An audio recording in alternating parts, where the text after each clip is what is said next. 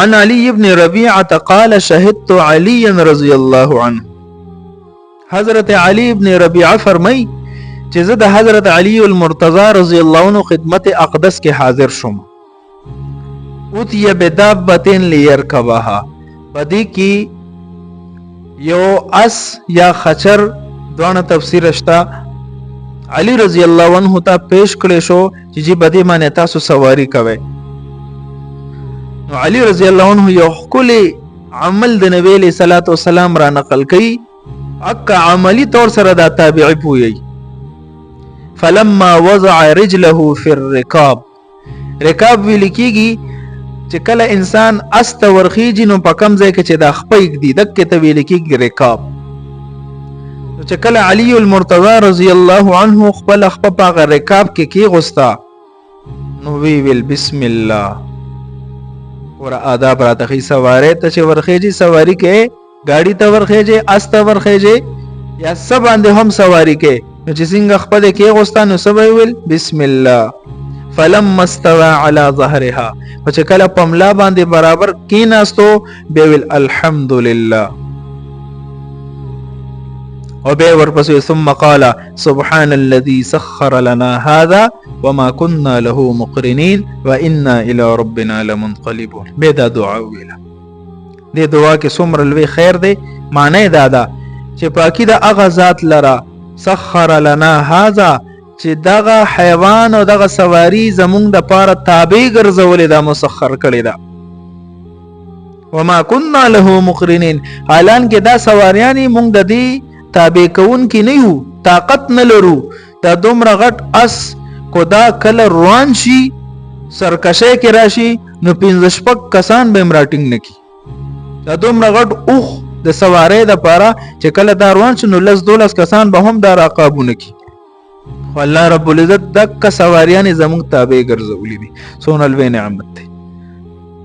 وانا الى ربنا لمنقلبون، دې کې ډېر ښکلی سبق دی چې وای سوارې تکله کېناسته نو چرته ځل کې د لوی رانشي چې زه خو سواری کې ناستم ډېر قیمتي د لکونو کروڑونو روپو گاڑی کې کېناستم او د ځان نه چې کوم حقته طبقه د غریبه طبقه هغه ته پسپک نظرو نه ګوري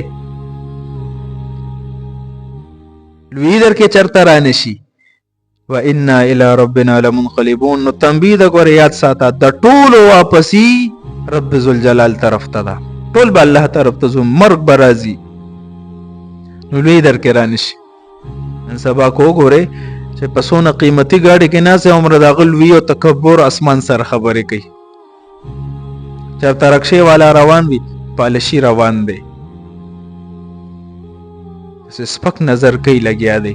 کله د ځان نه چې کم خکته طبقه ده دسې الفاظ ما اوریدلې دي بده غوګونو چې دلته درس کې مناسب نه دي چې ذکر یې کما. غي د پاره کمزوري طبقه د پاره دا الفاظ استعمالي ولې د سره جی غټ گاډي دي قیمتي گاډي دي. بهر حال دا دعای ویلا. ثم قال الحمد لله ثلاثه، درې پیر الحمد لله ویلا. والله اکبر ثلاثه، درې پیر الله اکبر ویل. به ویل سبحانك اني ظلمت نفسي فاغفر لي فانه لا يغفر الذنوب الا انت. یا الله پاکی د تعالی را یقینا ما په خپل ځان باندې ظلم کړی دی، ګناهونه شوی دي. فاغفر لي، الله ما ته بخشش وکي، ما معاف کی. زکا فانه لا يغفر الذنوب الا انت، الله معاف کون کی امتی تمه معاف کی، گناهونه معاف کی. چې کله دا عمل ټول کړو ثم ضحك. بیا علی المرتضی رضی الله عنه او خاندل. اوس دلته په ظاهر د خندا سونه علی المرتضی رضی الله عنه او خاندل. نو دا علی ابن ربیعه فرمای فقلت له من اي شيء ضحكت يا امير المؤمنين. امیر المؤمنین سو وجوجی چې تاسو او خاندل. علی المرتضی رضی الله عنه فرمایي رأيت رسول الله صلی الله علیه وسلم صنع كما صنعت.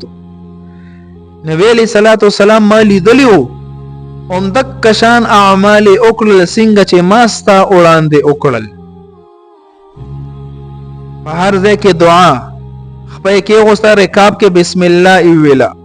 املا باندې چې کینا سو د حیوان نو الحمدلله ویلا بے سبحان الذي سخر لنا هذا وما كنا له مقرنين وانا الى ربنا لمنقلبون ویل بے درې پر الحمدلله بے درې پر الله اکبر بے سبحانك اني ظلمت نفسي فاغفر لي فانه لا يغفر الذنوب الا انت.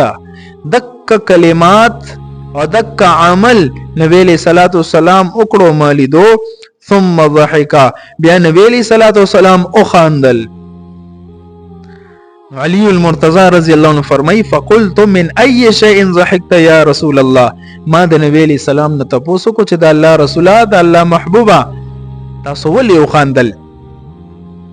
نو نبی علیہ الصلوۃ والسلام دا جمله فرمایله ان ربک لا يعجب من عبده اذا یقینا ستا رب ډیر خوشاليږي د خپل بندنه هغه وخت چې کله دا بنده وای رب اغفر لي ذنوبي چې الله زما ګناهونه معاف کړي زما په ګناهونو باندې د عفو قلم راکاږي. بدی الفاظ ویلو په وخت کې الله ډیر خوشاليږي ولی يعلم انه لا يغفر الذنوب احد غيري. ځکه دې بنده ته علم دی دا چې زما ګناهونه د الله نه علاوه هیڅوک هم نشي معاف کولی. دا معافی دا چې دا کم حاکمانه انداز دی دا رب ذوالجلال سره دی دا بل څوک نشي کولی د الله نه علاوه. نو دې بنده بدغه عقیدی سره چې الله معاف کون کې دی بل څوک معاف کون کې نشتا د دې عقیدی سره دک الفاظ ویل رب اغفر لي ذنوبي اے رب زما گناهونه معاف کی. نو بدی الفاظ ویلو په وخت کې الله رب العزت ډیر زیات خوشاله شي چې دا بندا صرف اور صرف د بخشش هغه دعا زمانه کوي د غیر الله نه کوي.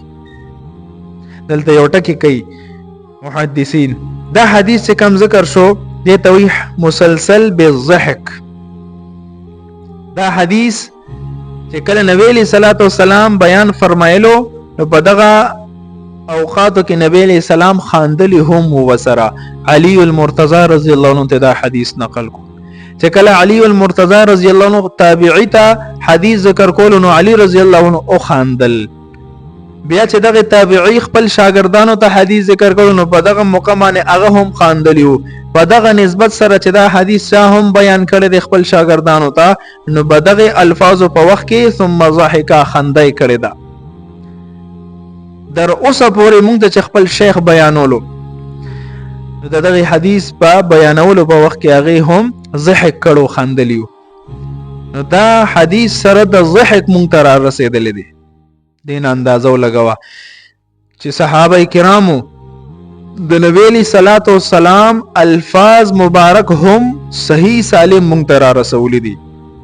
د نبی علیہ الصلوۃ والسلام عمل مبارک هم مونږ ته صحیح سلامت را رسولې دي. او دغه عمل سره او الفاظ سره چې کما ادا نبی علیہ السلام فرمایلی دا اک ادای هم مونږ تاسو ته محفوظ را رسولې ده. هیڅ قسم خیانت نه دی کړی.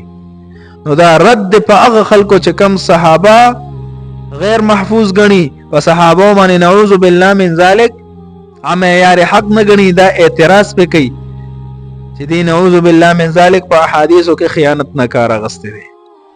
زه تاسو ته وایم کو یو سړی دا احادیثو نه په دې وجه انکار کوي چې دا محفوظ نه دي صحابه به نعوذ بالله یا لاندې طبقه به بده کې خیانت کړي نو دا قران کریم مونږ ته اشاره رسول دي. مونږ ته خو ډایرک د نبی علیہ السلام نه دی ملو. مونږ ته خو د صحابو نه د تابعین نه تبع تابعون د ترتیب وار مونږ ته راغلي دي. نو کو ته به دی وجه د حدیثو نه انکار کوي چې صحابه به نعوذ بالله من ذلک خیانت کړي نو قران کریم نه بیا به دی وجه انکار وکړه. حالانکه ته قران منی او حدیث نه انکار کوي. لہذا غلط خبره ده چې په صحابه باندې د څه قسم څوک اعتراض کوي.